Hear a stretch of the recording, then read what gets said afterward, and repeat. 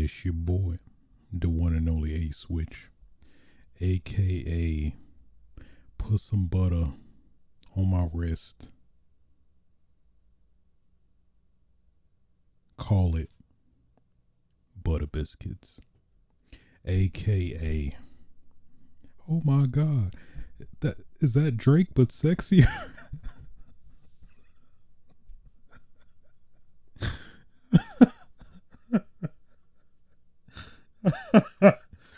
Oh, that's dumb. That's very dumb. AKA the taco meat tyrant. AKA the 260 time social distancing champion. AKA the nigga lip master. Bringing you yet another episode of Switches Sights. Episode 91 to be exact. This is a solo gaming podcast where I talk about just that, gaming and other nerd related stuff. Today's date is February 11th, 2021. The world is, still the world. I guess nothing major necessarily, like huge. But people still dying, pandemic still at its fullest. But it is what it is, in due time, hopefully. Please, hopefully. Very interesting week in terms of a lot of very unexpected news, that's for sure. So we definitely got a lot to talk about. And actually I should get my note. Got a lot to talk about. Let me get my notes. So, without further ado, let's stop the dilly-dallying and get right into it. First topic of discussion. A possible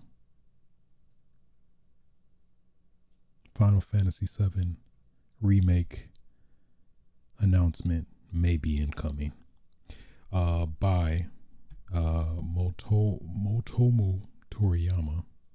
Is supposedly gonna make an appearance on Final Fantasy VII remake concert, where it's been a while. So I think it's a given that we'll likely see Final Fantasy VII remake PS5 version or a PC port. I'm not sure in terms of the exclusivity deals with PlayStation, but I know it for sure is there. But that could just be specifically console exclusivity. So probably could still see a PC release one way or another. So you got that. And then at least I think the last Final Fantasy VII concert was actually the one I went to with some friends. Man, it feels like it's so long ago now. Was it 2018? I think it was 2018, maybe 2019.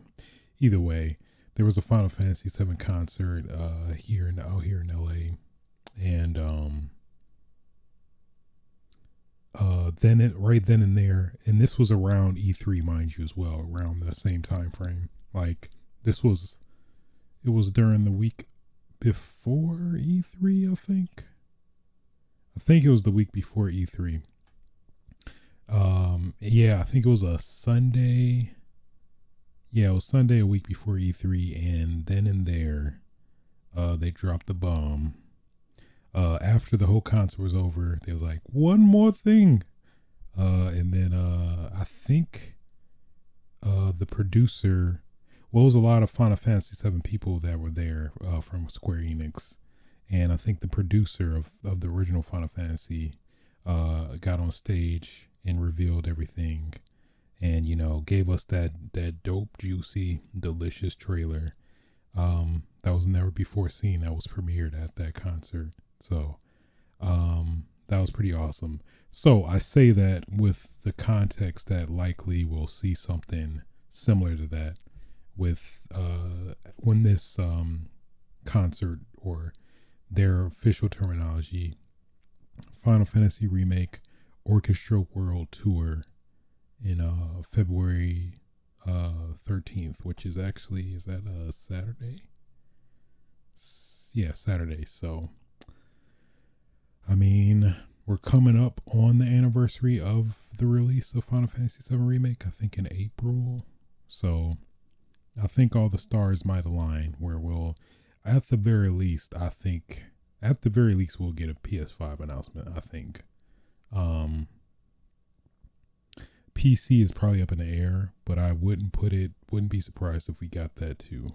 I think that's the most likely scenario to happen.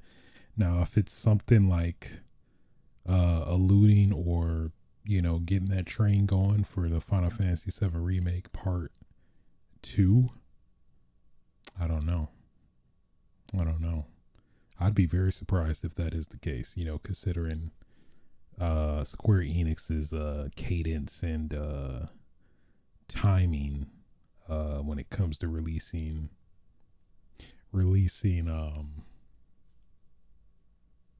their games, more or less. So we'll see. I'd love it, but at the same time, I don't know.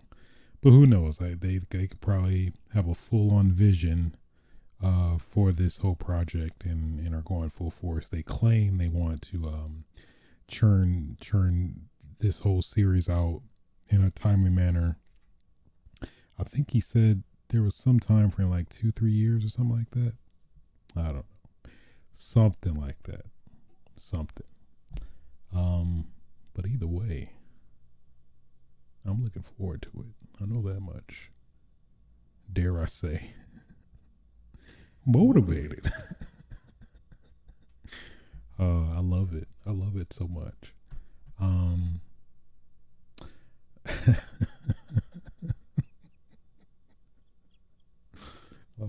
I don't know why that's killing me. Oh my god. Okay. All right. Moving on. Next topic.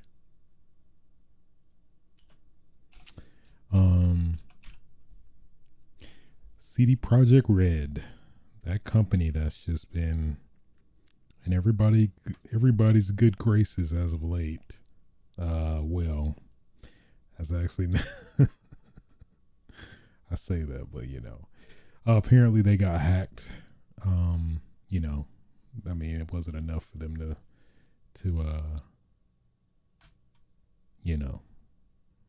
not make a great initial game, but that's you can't just, I mean, I'm just talking about the luck they're having lately, but so with that in mind, they basically claim they got hacked and they got a ransom note, which actually I really want to read this. I'm not sure what angle I should do it as, but actually is it worth it mentioning Cd Projekt Red? Actually, yeah, we'll read this. So Cd Projekt Red, they released a tweet that had their statement regarding the cyber attack, as well as the ransom note they got. So we'll start with their statement. I gotta do it. Yesterday, we discovered that we have become a victim of a targeted cyber attack, due to which some of our internal systems have been compromised. An unidentified actor gained unauthorized access to our internal network, collected certain data belonging to CD Projekt Capital Group, and left a ransom note the content of which we released to the public. Although some devices in our network have been encrypted, our backups remain intact. We have already secured our IT infrastructure and begun restoring data. We will not give in to the demands nor negotiate with the actor, being aware that this may eventually lead to the release of compromised data. We are taking necessary steps to mitigate the consequences of such a release. In particular, by approaching any parties that may be affected due to the breach. We are still investigating the incident. However, at this time, we can confirm that to our best knowledge, the compromised systems did not contain any personal data of our players or users of our services. We have already approached the relevant authorities, including law enforcement and the president of the Personal Data Protection Office, as well as IT forensic specialists. And we will closely cooperate with them in order to fully investigate this incident. Well said. Well said, well worded. So now, let's read that ransom note, because it's actually a trip. I'm not even sure what angle I should do this, but let me go with the like full on weeb one. I'm trying to work it out, but it's hard because I'm thinking in my head already. Oh man. Oh, I need some water. Hold on. Oh god. Oh man. Okay. Oh my god, I'm trying to get it out, but it's like I'm already thinking about it. It's making me lose it. It really is. Okay. Okay. I'm trying so hard. I'm sorry. I'm probably gonna try to figure it out, but hello, Cd Projekt Red. You have been epically pwned. We have dumped full copies of the source codes from your Perforce server for Cyberpunk 2077, Witcher 3, Gwent, and the unreleased version of Witcher 3.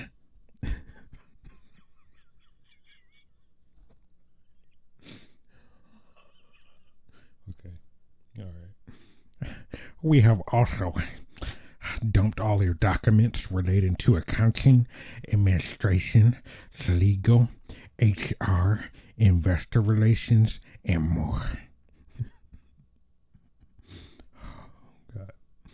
Also, we have encrypted all of your servers, but we understand that you can most likely recover from backups. If we will not come to an agreement, then your source codes will be sold or leaked online. Your documents will be sent to our contacts in gaming journalism. Your public image will go down the shitter even more. And people will see how shitty your company. Oh, they actually misspelled. And people will see how shitty your company functions. Investors will lose trust in your company, and the stock will dive even lower. You have 48 hours to contact us.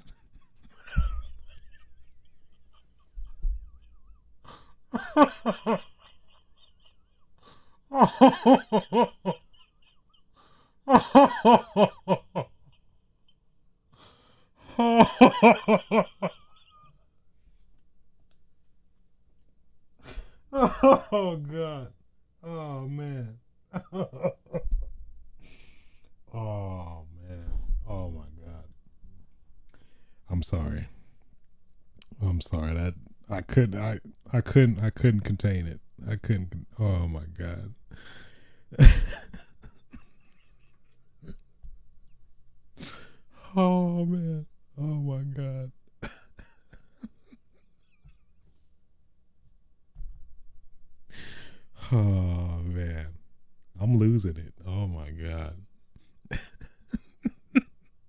Your public image will go down the shitter. Oh, got me sweating. Oh my goodness. Oh boy. Okay. Okay. Oh God. Oh. All right. Okay. Investors will lose trust in your company and the stock will dive even lower.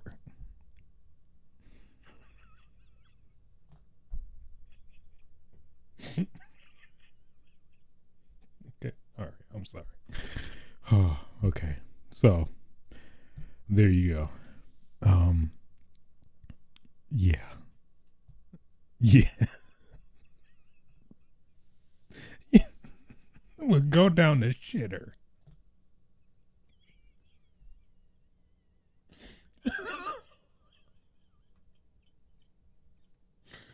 Oh man. Oh my God. Okay, I'm sorry. That was too good. That was too good. I'm not even gonna lie. That was too good. Okay. Okay. All right. All right. I think that like you know, I think I think the point we got the point across. I think that it just explains itself, you know. It explains itself. Yeah. So I'm just gonna move on from that because I what do you I don't even know how do you even we just moving on.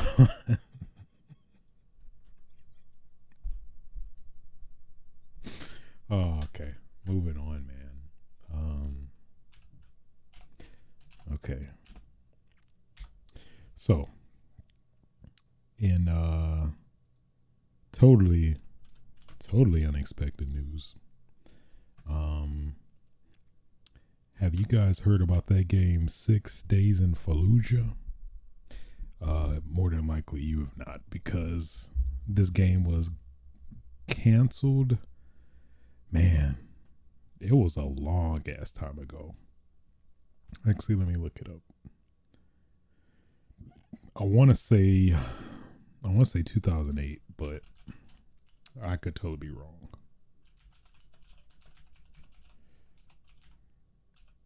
I could be totally wrong.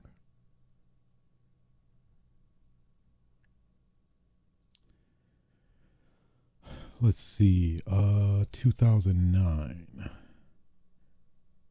Yeah, the premise of the game was subject to controversy in 2009, with questions raised in its appropriateness, especially given the fact that the true events of the game is based upon were recent at the time.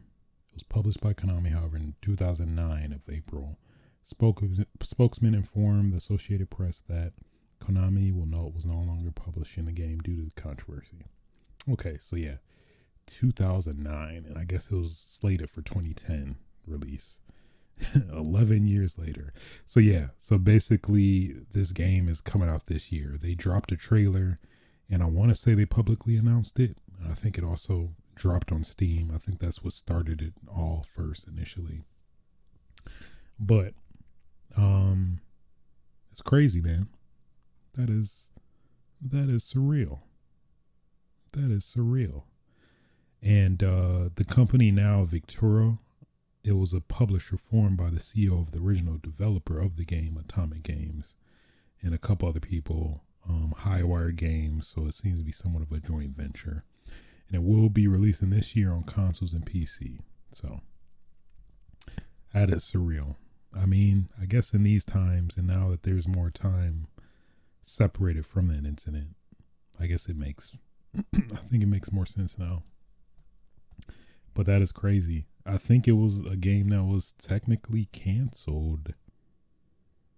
Or maybe it wasn't actually, but it technically was canceled since it was like no way for it to come back anyway. So that is crazy. That is surreal.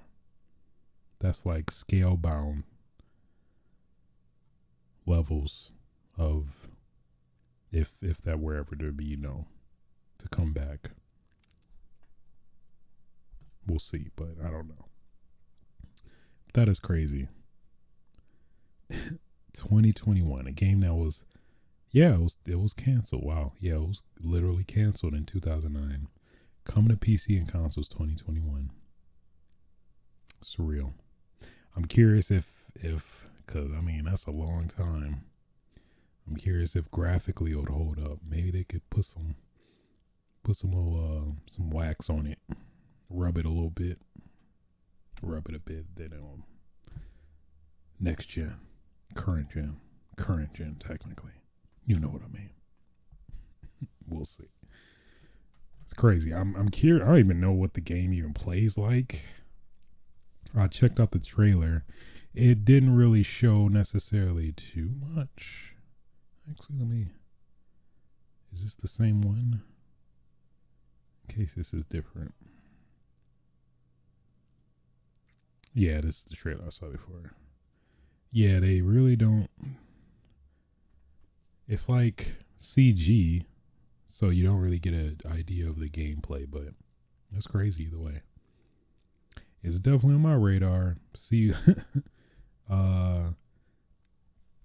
my concern is that, you know, I feel like games that have been in development hell for like long periods of time, I don't think they've always turned out well. I guess the prime example in my head is Duke Nukem Forever, even though I personally did enjoy that, actually.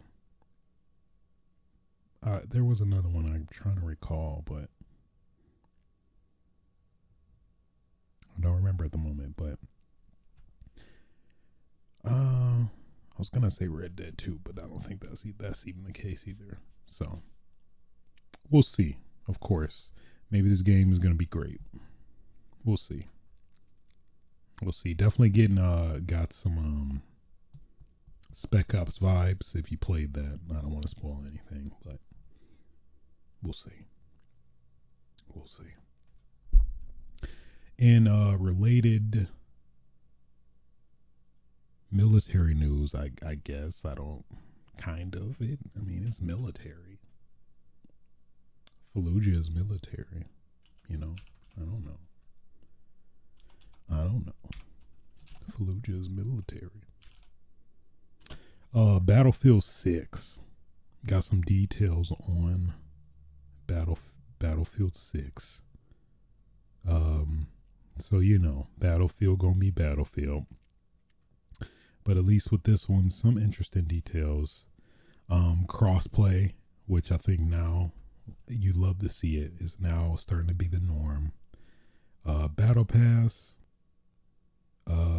They have this. They mentioned free element. Some free elements of the game. So probably at least what people are indicating that it could be Battle Royale, which is kind of weird because I feel like, well, no, not necessarily. Technically, if we're thinking in that realm, Battlefield was kind of one of the first games to somewhat be kind of almost like that. But I don't know. Squads, that's always been in Battlefield. Nothing necessarily crazy about that. But I think the biggest one is free to play, which that'd be pretty crazy if so. Because technically, even I guess Call of Duty technically does that.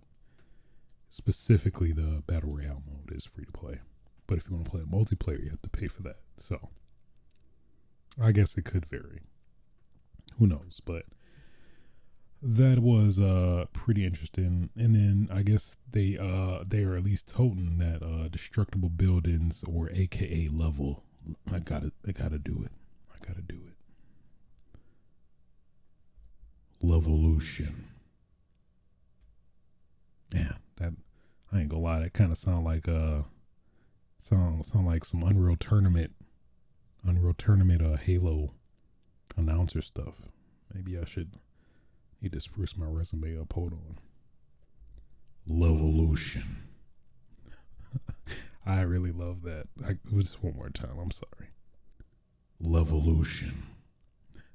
Oh yes, I love it so much. I'm sorry. That's the first time I actually been amazed by what came out my throat. Not like that though. Chill. Yeah. So we'll see. I don't know. I feel like Battlefield, especially with the more recent ones, is always gonna be in the shadow of Call of Duty. I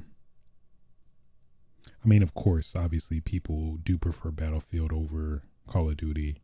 Me personally, I love the more arcadey, like actiony feel of Call of Duty versus Battlefield, where it just feels a bit too realistic for me enough.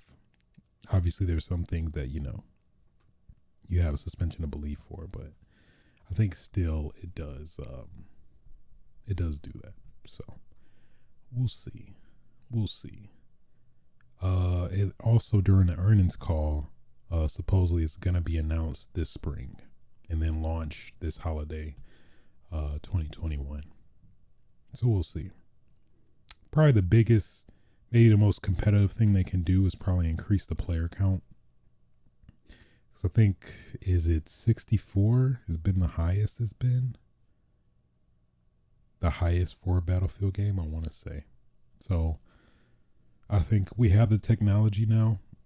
I could see them doing some mag levels of player count, like have like 200 people. I mean, well, yeah, Call of Duty kind of set the bar for that, really. Pushing 200 players.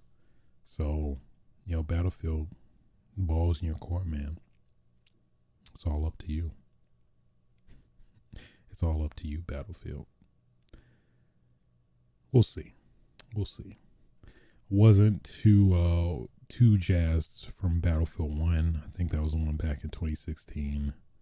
Battlefield 5, which technically was in the same era, but a little bit later. I don't even think I gave that one a chance, to be honest. So, what does that tell you? I'll at least try it out, though. But, speaking of military games still,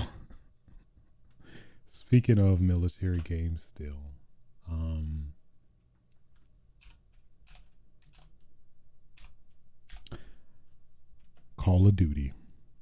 So there's been a lot of speculation in terms of what the next Call of Duty will be and who it will be from. I think at least me personally, I was thinking it was going to be Infinity Ward again.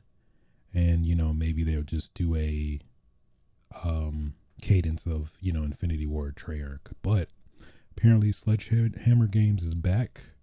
And they're going to be making a new Call of Duty title that's solely going to be developed by them. So I guess the thing to take note of is that the last game they worked on was World War II, I believe.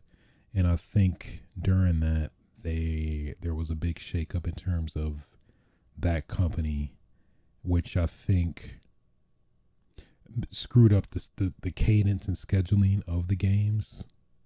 And I think ultimately, who was it? Black Ops Cold War suffered the most from that because I think they had the least time in terms of turnaround and getting it out. I think,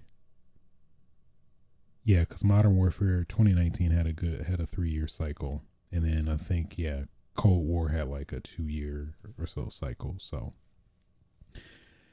it's definitely weird for Sledgehammer to be back, but I think this is not the Sledgehammer that was, we all know from those previous games. I think it's a lot of new people on this team that are going to be working with whatever this new Call of Duty is. So who knows what it's going to be? Probably Advanced Warfare 2.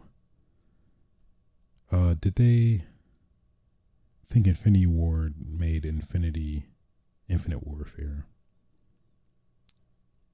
So what else could personally, if anything, I just not a fan of World War II Call of Duty, or too old in time Call of Duty, if that makes sense. Something about the guns and the feel I'm not a big fan of. I just like modern and futuristic is my preference personally, but we'll see. We'll see. But that's still crazy in general. Yeah, I totally thought Infinity War was gonna be this year still, and then like maybe they're gonna like build on Modern Warfare and like maybe just give us a substantial big update that'll just like, you know, have a ton of maps and, you know, continue do another story campaign and all that, but maybe somehow make it integrate properly with Modern Warfare 1 2019. It was a long stretch, but they also could have, if they wanted to or needed to, but it doesn't seem like this is indicative of that. But they could have also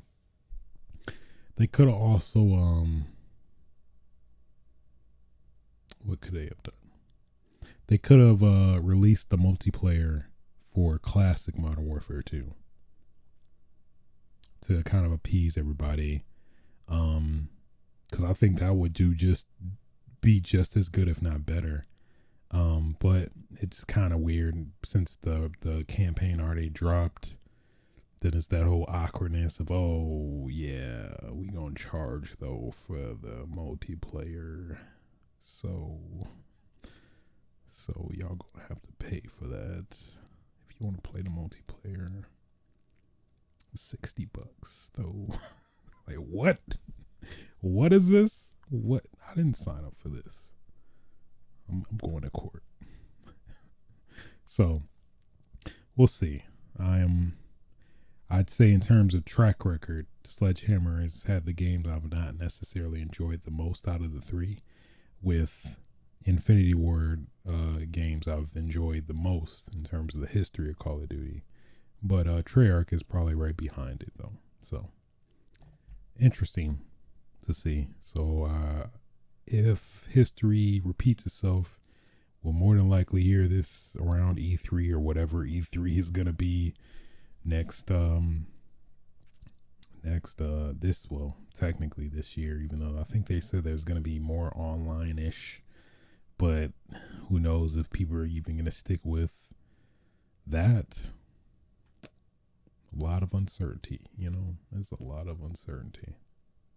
Just a ton of it. Moving on. Halo Master Chief Collection.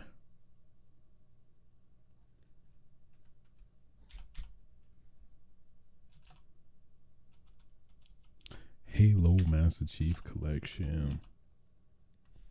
So, Halo Master Chief Collection, the game that's had a very interesting track record,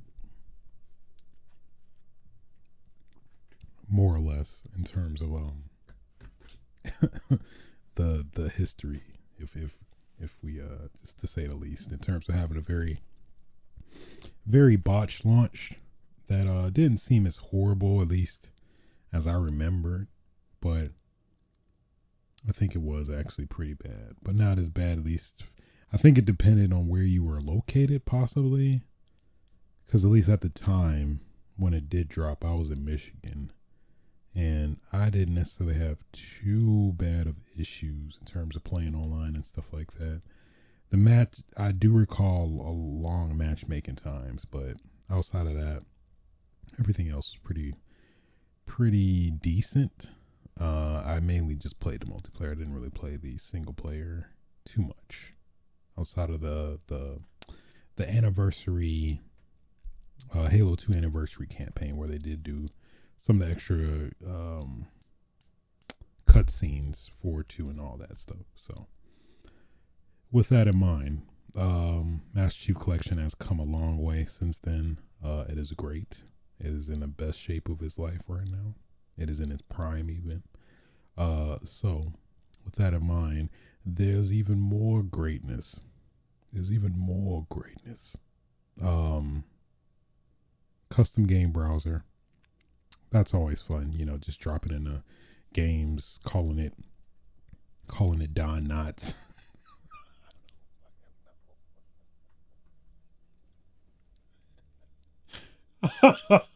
Yeah.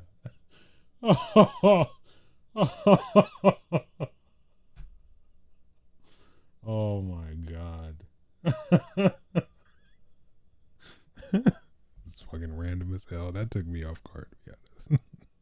Fucking Don Knotts. What is that game mode? I don't know. You want to play some Don Knotts? I mean, yeah, why not? Oh my. Don Knotts. I'm sorry.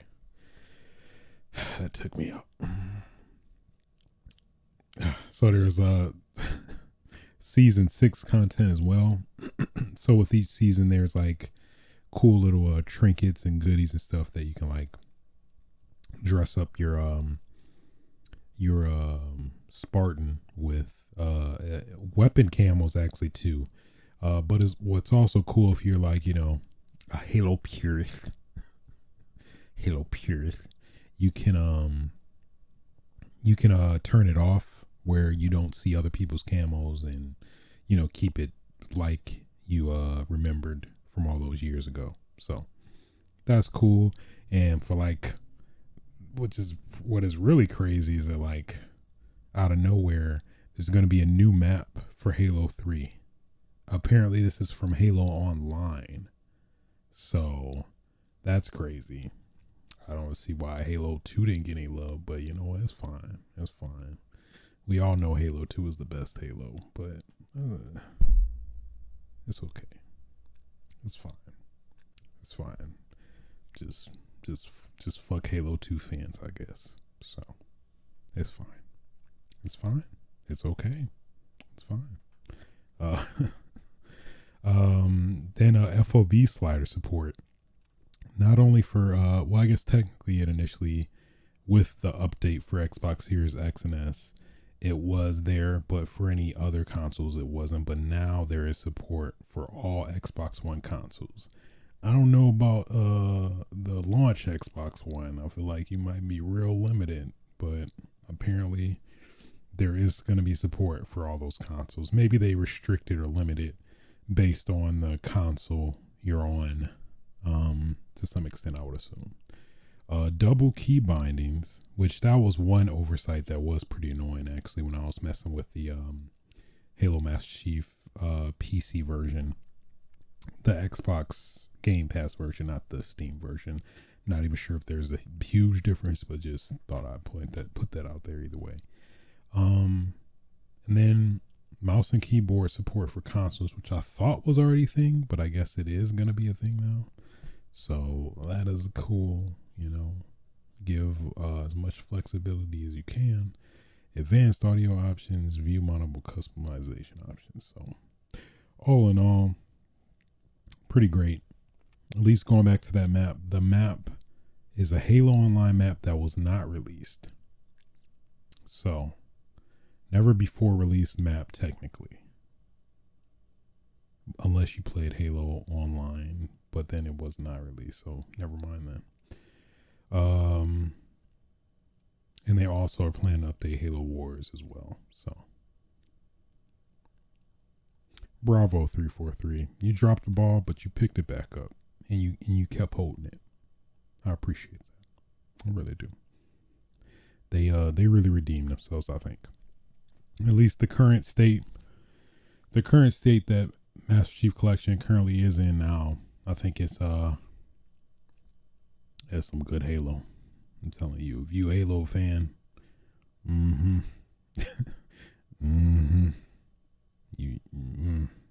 in it. You in it for the. You about to be eating. Let me tell you, you about to be eating. You hear me? You about to be eating. It's a buffet of Halo. Got your pizza. Got your chicken nuggets, chicken tenders. Also got your little orange chicken in there too. Don't forget about that. And your cornbread. And your tacos. That's Halo. Master Chief Collection. Be specific. Halo 2 though. I mean 5. Halo 5 is up there too. It actually is. I really enjoy that very much also. All the Halos actually. I probably haven't had the most time with one, but you know. Moving on.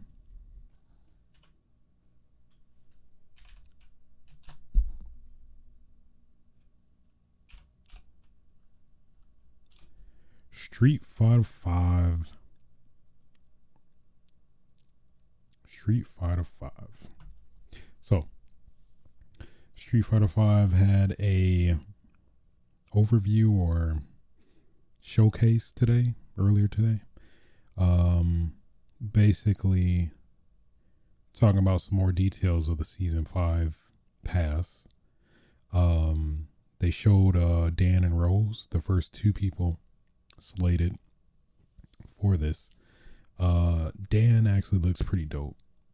I mean, as a joke character, at least initially throughout the history of Street Fighter, he actually is looking pretty awesome now. I mean, he still has the joking, joke character tendencies, but he seems to be actually playable now, which is crazy. I mean, obviously you can play him, but you normally just play him to offend people who don't play Street Fighter that much or aren't too familiar with the game. If you want to piss them off more or less. But Dan's looking pretty tight. I'm actually to the point where I'm like, I might play with him a little bit, They showed Rose as well.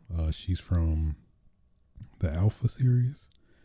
Rose is gonna be Rose. She gonna have that little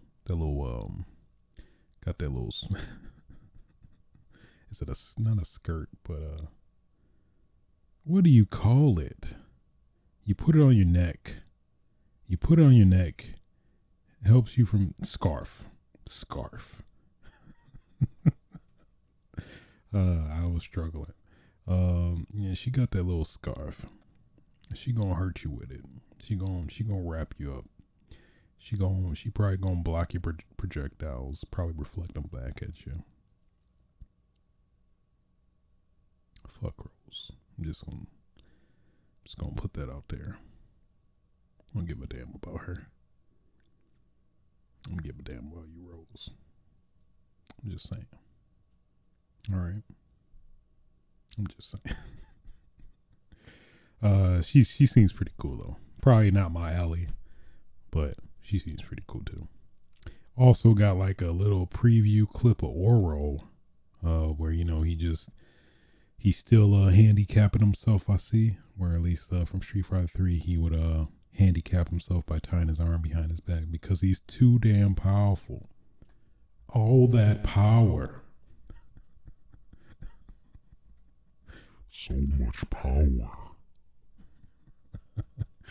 So, when a demon talking to Dante, so much power. This can't be. All right, I'm sorry. I went a little off tangent, but so that was pretty cool. Got a little turtle. He just holds his turtle as his handicap. You gotta respect it. Somebody who just intentionally handicaps themselves because I'd be too powerful for you. That's just I'll be actually offended, to be honest. But that's also kind of cool at the same time. Like, I'm so damn awesome, I gotta handicap myself because I know I'm too good for you. You can only respect it. You can only respect it. So you got that. Then what apparently got leaked last night before the showcase was a character 11, who for those that may not be versed on Street Fighter lore, is the precursor to 12 from Street Fighter 3 Third Strike. It seems like he's just basically a Mokujin, the Mokujin of Street Fighter, which I guess technically hasn't existed before. You know, a character that can technically be all characters, like what Combat that was in Tekken. For Soul Calibur, it was the boss character, which I can't remember, but you know what I mean. Basically, the character that could be anybody, and you know, every round or match, it'll be a surprise. Which you know, obviously for people who you know, mess with all the characters, it's beneficial or fun. Just something to fun and challenging for people. Basically, like being oral.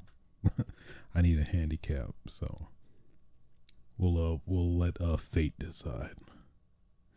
And you know, you got your costume. So we also still have not got an announcement for the last DLC character. So I guess that still does open up the slot. It was, at least people were thinking that 11 was going to be the last character, but he's actually a bonus character. I think if you buy the premium pass or the character pass, or if you buy both.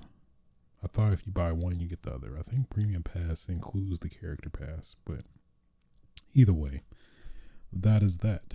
Also during that showcase, they revealed like basically a whole new mechanic that I think will definitely change the way you play the game. And I think it will be it'd be pretty, I think it will definitely drastically change the game for sure, and that is V shift. So basically it's another defensive option where basically it basically lets you counter stuff if you time it right. At least that's the impression I got.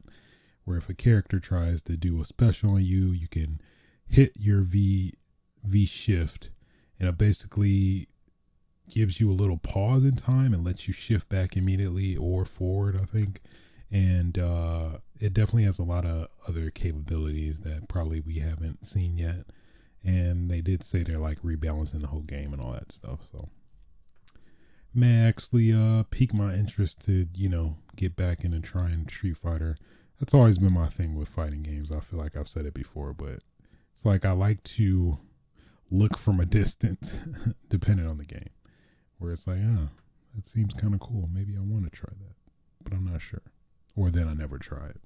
But I at least support the fighting games, even though I'm not like hardcore into it. I'll at least support it. You know, get the fighting, buy Street Fighter, play it like for like 2 hours and never play it again. But then maybe somewhere down the road like this, if it gets better, may play it a bit more. So there you go, Street Fighter 5. Hopefully they fix that busted netcode. But outside of that, at least from a local standpoint, does seem to be promising. Don't know why I did it. Well, moving on. Next topic. If I can type. That is actually the topic. PS5 back button. So, for those that don't know, the PlayStation 4 got a back button attachment, which is actually pretty dope, to be honest. It works very well, very simple to use, and, you know, overall very intuitive. And especially if you like play a lot of shooters, it is like damn near essential, I think, personally. And the next best thing to a scuff, if you're, you know, a purist in terms of having the original, as much original intended soft hardware as possible, which I think the back button definitely did a good job of, personally. So with that in mind, I believe recently it seems like there was a patent application for Sony for the same, but for the DualSense controller. So very curious to see how it will play. I definitely see it for sure happening because I think the capabilities in efficiency of using one of these with a controller is very, very valid. I guess I'm just curious to see how it will implement. Would have been cool if it was usable on both controllers, personally, but I understand it. Maybe they're going to do some even cooler stuff. We don't know. But at least according to the patent display, it looks very similar to the PS4 back button attachment. So yeah, it looks pretty dope though. $30. Actually, it's a pretty good price, I think, as well for this device, giving you all the capabilities as well.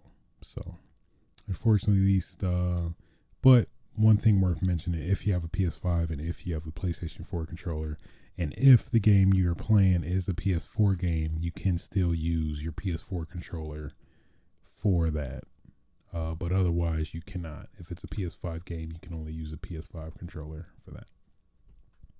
But the other way around, it is compatible with both PS4 and PS5 controllers. Thing of note. Just a thing of note. That's all. But yeah, actually, PlayStation should actually stop messing around and just give us a PlayStation Elite controller. Come on, PlayStation. You know you want to. Just do it. Just do it. Just do it, please. For me. Please. And everybody else. I'm just saying. Moving on. You know that game Anthem. Well, apparently, according to Jason Schreier,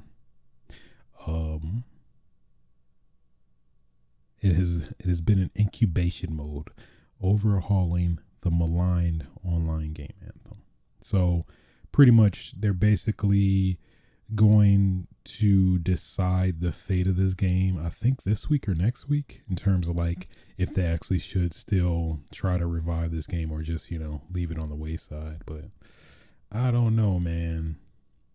Well, at least speaking for somebody that hasn't played it, but as through osmosis picked up a lot of the, I guess sentiments toward the game so far, but I don't know. I think it's gonna be dead. They're gonna cut it. I've never seen EA of all people, still believe in a product after it's failed horribly. That would be a first, if anything, but I don't think EA will do it. I don't think EA got the gumption with the balls to stick with this, but we'll see. We'll see. I don't know if there's been a verdict as of yet. No, there's no verdict as of yet. So pretty interesting. Cause like there's not been many games in this scenario. I guess technically, at least now, semi-recently, you got Cyberpunk, which is at least trying to do that. And before that, you had No Man's Sky, which is a lot better now, apparently, according to a lot of people. So it's possible, but man, the odds are against it, I think. We'll see. We'll see. We'll see, though. I don't know, though. I don't think. I don't think so. We'll see. Moving on. The Last of Us Part 2 TV series on HBO. Boy, it's been like a lot of developments within the past day, really. I guess to start it off, with the rumor, which I think, boy, it's good it's some speculation to be had there. First off,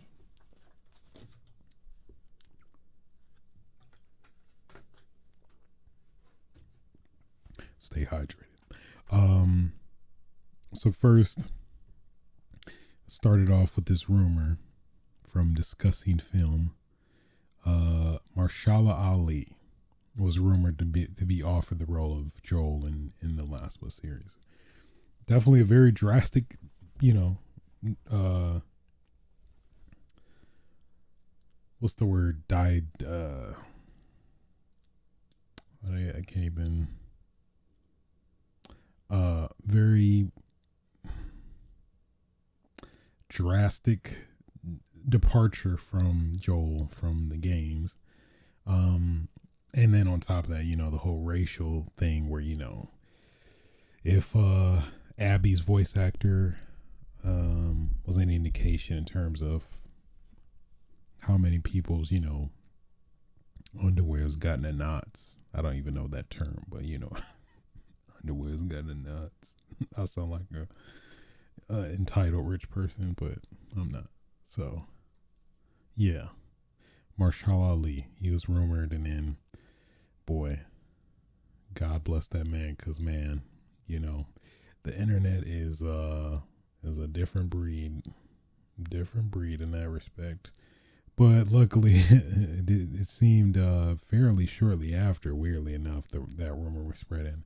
Then, which I feel like was intentional, but Pedro Pascal actually has been casted as Joel, which I think honestly is a better choice in terms of just overall look of Joel and, you know, potential vibe in terms of, you know, how he portrays the role as well. But yeah, it seemed like they did that like immediately after that rumor started spreading to just squash it, which is very appreciated because it was a rumor. You know the vitriol that would begin from that. So, which is great. So I definitely think he can definitely pull it off for sure. Somebody made a tweet. I think was it Blessing Adeoye Jr. from Kind of Funny. He what do you say? I think he said Pedro Pascal loves him some escort missions. The first is Grogu, now Ellie. Come on now. Speaking of Ellie, so Bella Ramsey, who was most famously known from Game of Thrones as she was the Queen of the North. I have to look this up because it's been so long since Game of Thrones. Who did she play? She played the Queen or something. I'm trying to remember. Lady Lyanna Mormont. Lyanna Mormont. So I think she was of her own faction or something like that. But yeah, she had it was a pretty awesome role. She definitely, she made it really, man, she nailed it in terms of, I was like, oh yeah, man, she'd been through some stuff. You just so much from that. So she will be Ellie in or she's been cast as Ellie in that Last of Us HBO series. So I could see it. It's just hard to see right now, but I could see it. There's definitely a potential there. I guess I'm so used to hearing her English accent, it's hard to mentally try to hear her as in Ellie, if it makes sense. But I could see it. You know, she get the little ponytail, whatever. You know, little backpack. I don't even know. It's the the dressings, if you will. But there's potential. There's potential for sure. Yeah. So all in all, man, it turned out well in terms of everything. At least Last of Us is shaping up to be pretty good. Hopefully, fingers crossed. So, all that being said, let's move on to what I've been playing lately, as of late. As that concludes the news for this week. Modern Warfare, man. I just can't let it go. It's so good. Also, They did drop a patch this past week that fixed the, or at least since the last episode I recall, that fixed the annoying as hell stuttering, specifically for the Xbox Series X and maybe S versions, where basically it was just like, stuttering at very irregular, moments. Or I guess maybe it's either stuttering / frame pacing. I'm not sure of the official accurate term, but basically it's enough to be very distracting when you're playing a game. But now it feels like it's at a smooth, buttery 120, maybe a little bit lower, maybe 110-ish. But I think that in combination with VRR, I think just makes it totally negligible, if so, in terms of the discrepancies in frame rates, if there ever is any. So I was like, that's enough to get me back into playing some Modern Warfare. So I've been doing that. I've been still trying to grind the Battle Pass system. I'm at like 99 right now. So I'm trying to get that unlocked so I can be free from the clutches of the Battle Pass. It's weird. I don't have to do it, but it's like Modern Warfare is so fun. I've still been playing it to earn those. So yeah, there's that. Also been trying to for some reason this weird itch in me now is like, I guess kind of almost trying to platinum all the weapon classes now. So I think we did rifle, SMG, pistol. I did pistols. So now I'm on marksman rifles and LMGs. I've been kind of switching back and forth, but it's just Modern Warfare, man. I think just the disappointment of Cold War in terms of just overall gameplay and stuff just started actually pushing me more towards Modern Warfare, kind of out of like slight frustration that I wanted it to be good and something I did want to play. But it's like I feel like I'm channeling all that frustration in something that actually is fun to play that I am enjoying more. So yeah. And then just on a straight up whim on a Friday night, I was like, you know what? Let me play some Resident Evil Remake, which I did. Cause I almost got all the trophies for the game, but it was just this one that just was always looming over me, and every time I would see it, I'm like, I don't know if I don't feel like doing that. I don't feel like doing that today. But I was like, you know what? Let me go ahead and do it. And I did it. So I had a knife only run. I shared a little bit of it on Twitter where I did a knife only run. I think I tried to do it on very easy, but on accident I did it on normal. So I was like, oh, well, there we go. So in terms of doing Resident Evil on a knife only run, I think technically this is the only game I've more or less did it on, to be honest. Yeah, I think technically it has been. Maybe there's some others I can't remember, but either way, it was actually pretty fun and pretty interesting to play from that perspective. like, cause the rules for doing a no knife only is that you can't burn the zombies, to prevent them from being crimson heads. You can kill the bees in the one towards the cabin segment of the game. You can kill Plant 42, but that's only if you're Jill, because she has V-Jolt. Otherwise, if you're Chris, you have to fight it regardless. So there was that. So I played as Jill because he seemed easier overall. So I did that. And then I think you have to fight Yawn. The second form, the first one you can skip. And then, what was the other thing? It was something else that I can't remember. Oh man. Now I remember. It's freaking Crimson Head.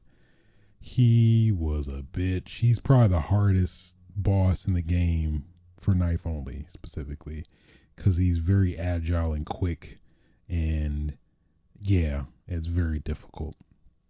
I died like at least five, six times trying to fight him. So pretty much after that, it's pretty much smooth sailing for the most part. Just avoid enemies, just know where you're going.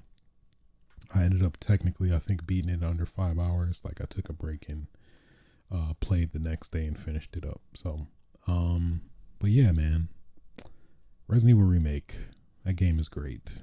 Ugh, it is so good. It's really good. So yeah, did that. Also played Journey, because that was just like something that was, again, just bugging me. Like, I need to play it and see what this is about. It was cool. It was cool. It wasn't anything like I was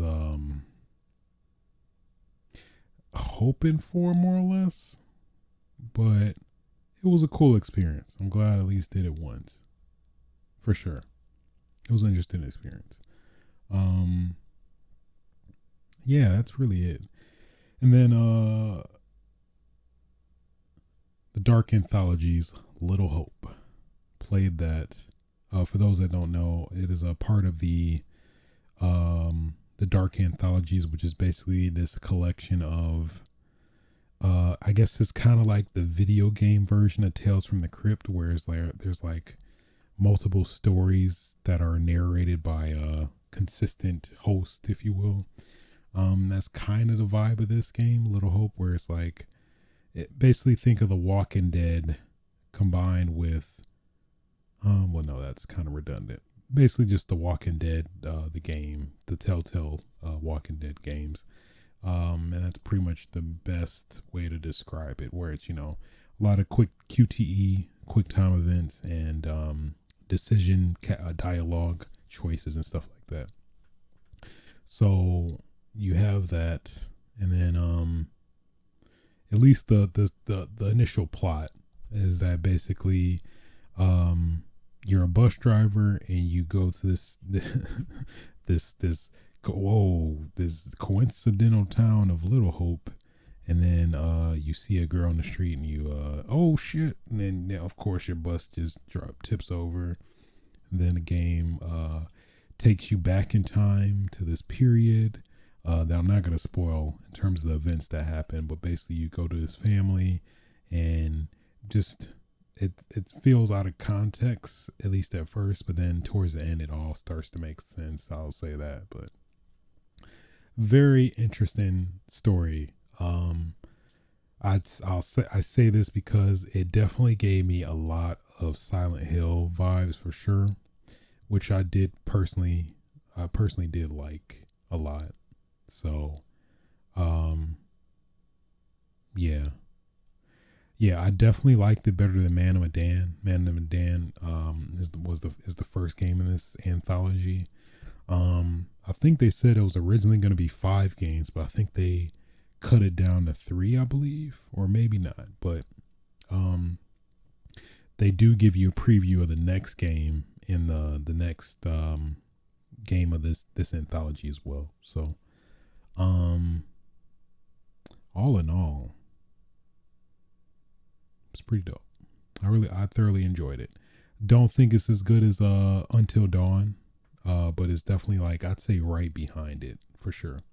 So I mean, if you're into that psychological kind of horror-ish vibe, and you are a fan of Silent Hill, I think Little Hope is definitely up your alley. I think it's probably pretty cheap now too. It's like, I think it came out at like $30. I think it's like probably, I would assume you could probably get it for like that or definitely less for sure. So yeah, pretty good. Pretty damn good, I have to say. At least reflected back on it more now. And man, that ending is some, yeah, I feel like if I go any more into it, it'll give it away. So crazy, interesting, fascinating ending for sure. Then, just for some need for comfort, I guess, I started once again replayed Resident Evil 4. This probably has to be like, man, if I'm trying to think of all the times I replayed this game, I think we're probably in the 60s now. Because I replayed the hell out of it when it came out on the GameCube for sure. And then after all the all the various versions of literally almost every port came out, I played all those as well. I think only the PlayStation 2 version is the one I haven't beaten. Or no, I think I actually did, because it was the first game that included the extra DLC at the time. The Desperate Times, not Desperate Times, but Separate Ways. Yeah, that was the big attraction for that version, that it included the Separate Ways. I think I may have gotten it specifically just to play the Separate Ways, and then now I was done with it. But no, I think you have to beat the game to even unlock the Separate Ways for that game. So yeah. Either way. Yeah, it's probably like, I think we're in the 60s now. Because I feel like I play that game almost annually, for sure. I always seem to make it a point to, like, you know what? It feels like it's time to replay Resident Evil 4. That hunch always happens every now and then. Because the recent Switch version came out, I replayed that when it came out, which I think was last year or 2019, I forgot. Replayed that, and I never got around to, I beat the PS4 version, but never got around to playing the Xbox One version. So that's the version I played this time, since I was itching for it. And then, with Resident Evil 8, and, it actually being said to have a lot of inspiration from Resident Evil 4, which you can definitely see. I was like, you know what? I think it validates me playing it again, which I did. So, yeah. And it was great.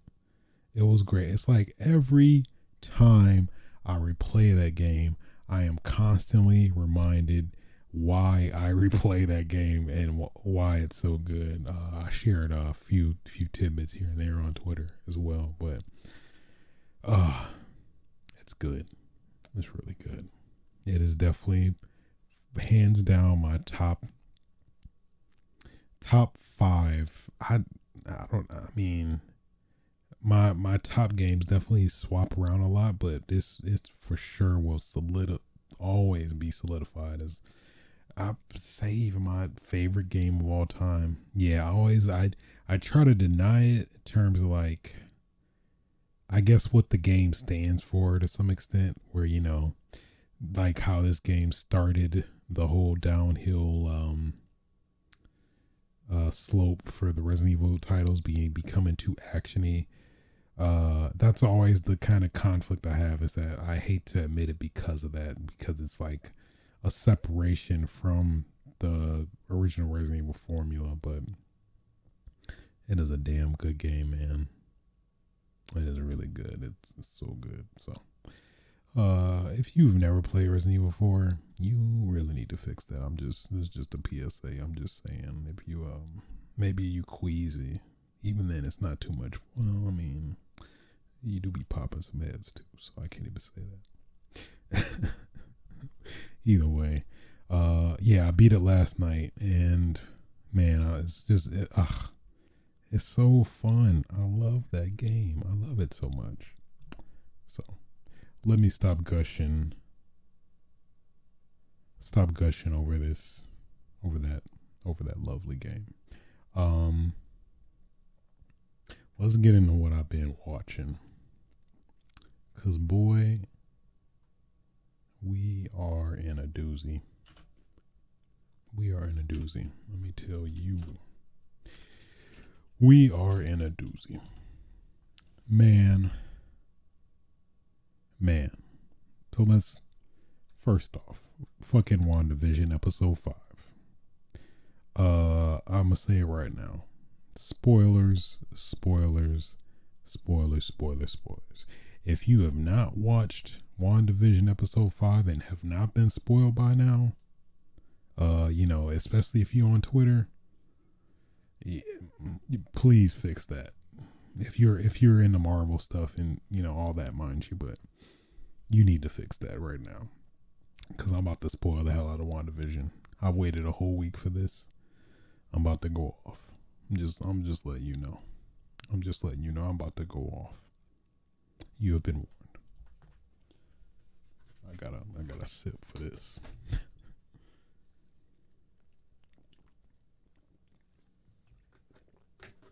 WandaVision episode 5. Man.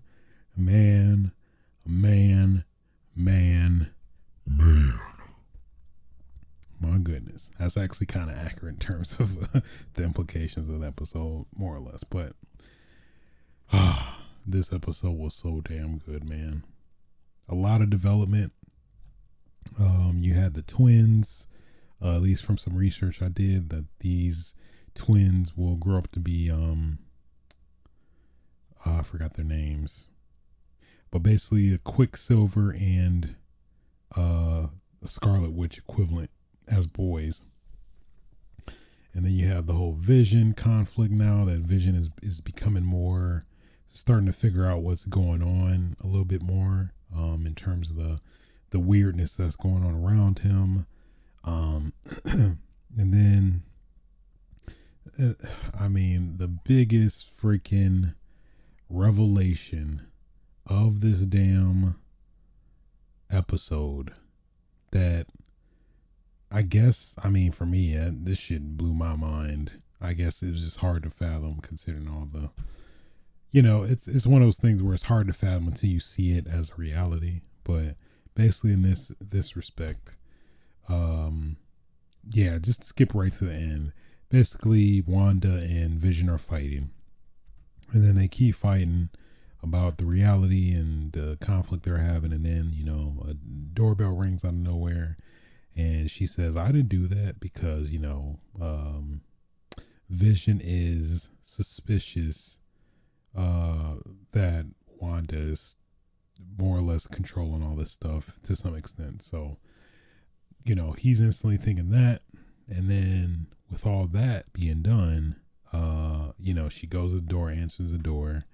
They, you see the back of the person's head. It is very silvery,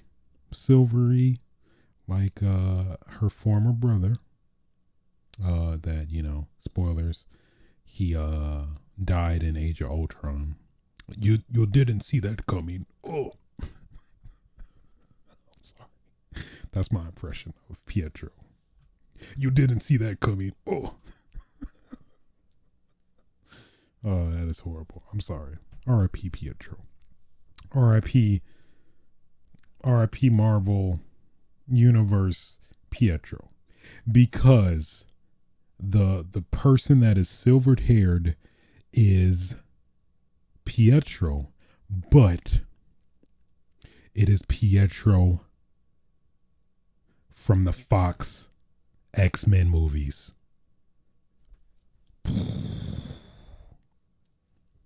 Oh my God.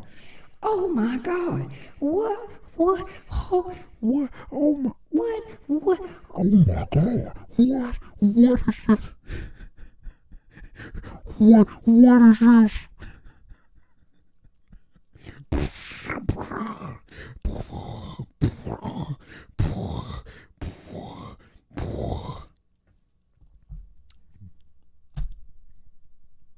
So, when that happened, I was like, what? What? No. You got it. You ain't. You lying. Where the cameras at? Am I on a reality show? I'm on a reality TV show. So, where do I start? It's the implications off this alone open up so many potential avenues to how a lot of the Fox-owned movies can be introduced into the MCU, which that's probably the biggest takeaway I got from him being there. And at least they're at least what they explained in the episode is that they recasted Pietro, where I guess they're being very tongue in cheek in terms about either they were being very tongue in cheek about that, about him recasting him from another universe, or that's still Pietro, but actually the Pietro from the Marvel universe with Scarlet Witch. There have been a lot of theories like surrounding that, though. At least specifically, that the biggest one I've been hearing is that Pietro could actually be Mephisto, which that's been an ongoing rumor, suspicion is that Mount. Did I say it right? Yeah, Mephisto is like the bigger mastermind behind all of this, which we have yet to get full confirmation of yet, but I know within these next episodes that's definitely going to be a given. So you have that, and then which at least what could be the likely one, I think, is that that actually they through the multiverse and all this stuff, that she actually got literally got Pietro from the other Fox universe as Wanda Maximoff's brother now. So now the X-Men could be coming to this universe, and there's so many implications. At least implications. So let's say the Mephisto theory actually is true, and the Quicksilver is not Quicksilver. The fact that they actually got him into this universe, or at least the actor into this universe, whatever, still I think retains those implications still, that like, if anything, why of all actors you would get the exact actor that played Quicksilver in the Fox X-Men movies? Obviously the reaction it would get from a lot of people, so what you're doing, and implying at the very least that it would get a lot of us speculating that, okay, so this must mean that a lot of Marvel characters could potentially be brought into this the MCU officially through this way, if Wanda can do that for this person, if it is or isn't that Deadpool can fucking come into this universe and start cracking jokes, or at least his next movie, whatever. Yeah, and then you have the possible hint that Reed Richards was the person that is it Monica? I forgot her potential superhero name, but not Flash, but Starlight. Damn it, the black girl with that potentially got the powers now. That Reed Richards could be, they could be introducing the Fantastic Four as well. It is so many implications, and just the being able to fathom how this was gonna happen just so soon. It seemed like at least the talks of the Fox acquisition, it didn't seem like it was that, oh yeah, we'll see in like 2-3 years from now, I guess. But that's also what caught me off guard. Like, I didn't think this was gonna actually happen as soon as it did, especially on a TV show. That's the biggest thing too, because like, TV show, you kind of lower the expectations a little bit, where it's like, okay,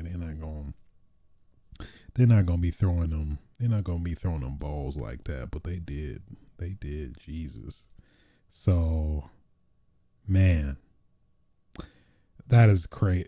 That is still crazy to me. I'm just like, I'm still actually in disbelief now that I'm reflecting on it.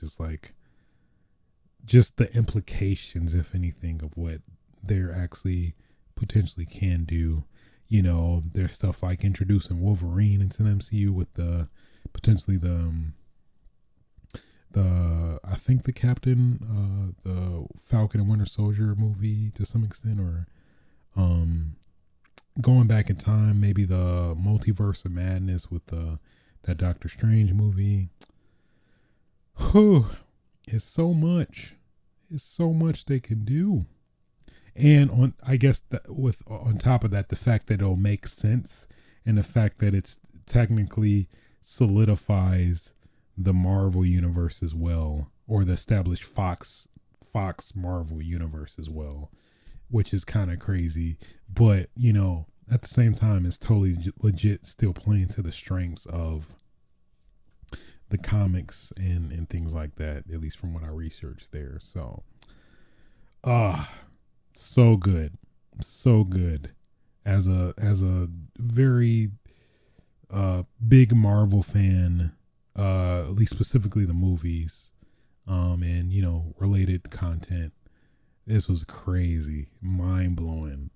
Man, it feels like a lot of people are downplaying it, but I mean, in of itself, just the implications alone, I think are real crazy. So, whew. And man, freaking 6 about to come out tonight, technically. Whew. And then on top of that, oh my God, they freaking they said that there was going to be a big cameo, but apparently this was not the big cameo. There actually supposedly is a big cameo, and that this wasn't even it. That's what's even crazier to me too, is that like they claimed it was a big cameo. I was like, oh, this got to be the big cameo, but apparently it's not. So it's like, what? There's actually another big cameo. So I'm like, come on, having an actor playing the the funny joke of the two Quicksilvers and killing off the one, and now that Quicksilver is now in our universe technically. Either way, the implication is there at the very least. That is crazy to me. I don't know. Just being used to, X-Men having their own thing for so long, at least especially growing up and watching the movies and stuff. Surreal, man. Surreal. Some real good television, man. I have to say, WandaVision totally caught me off guard. I was not expecting this heat. I was not. They come in full force, all damn cylinders, 120% throttle. Marvel, what are you doing? Disney Plus, Disney, what are you doing? Don't stop though. Keep going. Keep going. You can keep going. Don't stop. Keep going. Don't stop, please. Please don't stop. Whew. Sorry. Hopefully I didn't got my whatchamacallit. Didn't break the filter. Okay, so sorry, I had to let all that out because boy, I was keeping that in. I had to let that out. That was some crazy stuff, man. Okay, but then on top of that, Attack on Titan was actually pretty good though. It was decent. It wasn't as strong as some of those other episodes, but it was some interesting world building, some interesting aspects you learned in the story that I can't remember and tell you. So what does that say? I think we did learn a little bit more about the what seemed like he was a double agent, kind of, where he was actually got those two in the ditch, if you know what I'm talking about, where they can't grow, but if one of them grows, they kill the other or whatever. So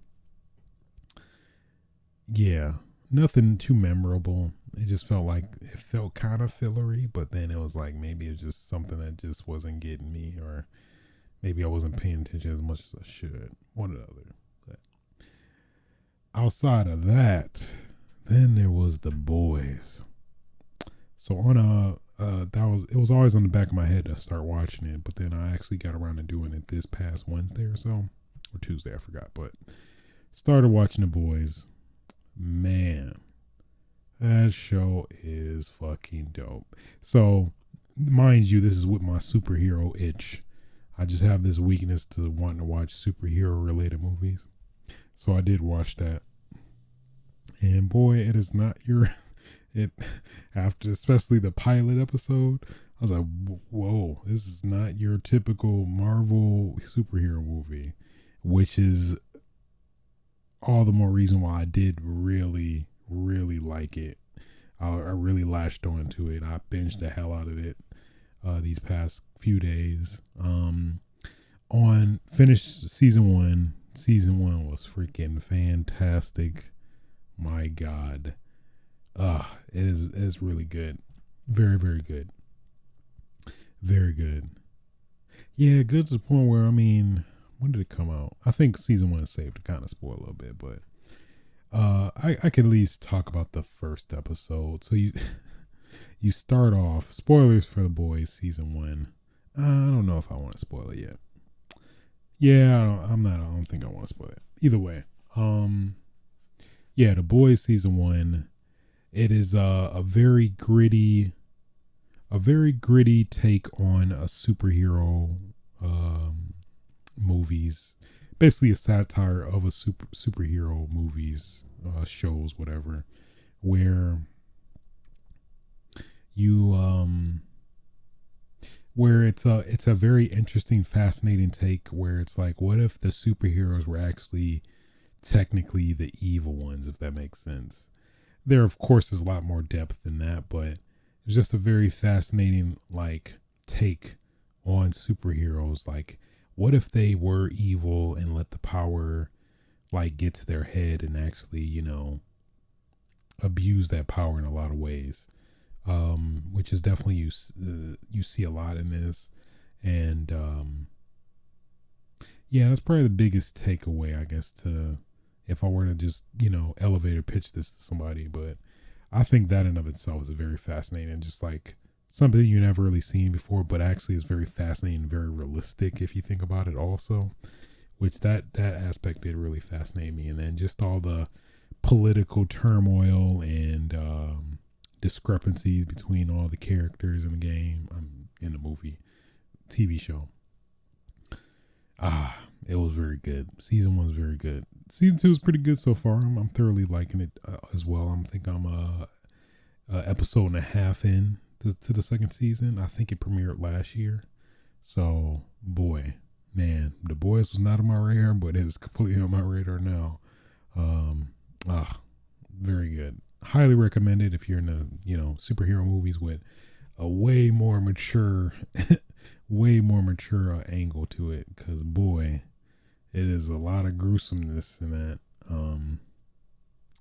Boy, but man, so good. I thoroughly enjoyed it. Very, man, really, it's a great time to be a nerd right now. I'm just saying that. I'll probably keep saying that, but I mean, it's true. Nerds are eating right now. Let me tell you. My goodness. And that's pretty much it for this episode of the Switch of Sights. Man. Yeah, I'm still thinking about the freaking WandaVision. My God. It's still crazy to me. Still hard to fathom. Either way, yeah, that will conclude it for episode 91 of Switch of Sights. If you are watching this or listening to this podcast on your favorite podcasting platforms, feel free to like, rate, and subscribe. Any feedback, good or bad, is greatly appreciated. If you want to catch this podcast live when I record it, ideally 4 to 5-ish, but lately it's been like 7 to 8-ish. Hey, I got a job. I do take this seriously, but you know, hey, life happens. Gotta take care of my responsibilities. So that's in the priority list. It's up there. But hey, all right, I've been consistent. If at the very least you still gonna get it. All right, you still gonna get it. If you want to catch archives of this podcast as well, or if you're the type to just listen to podcasts on YouTube, which is kind of like me lately with the pandemic, You can also catch this on my YouTube channel at A-Switch as well, among some other very old gameplays that I did that maybe I'll revisit one day, but at least as it's for now, I don't know. But outside of that, I think that's pretty much it. Yeah. Till next time, guys.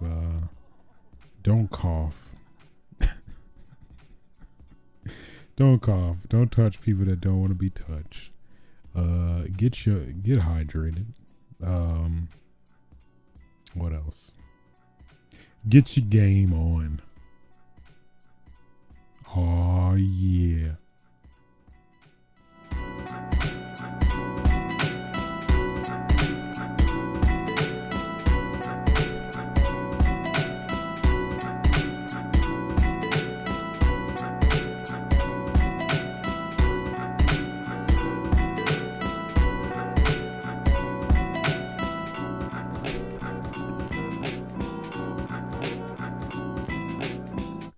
Nobody's safe.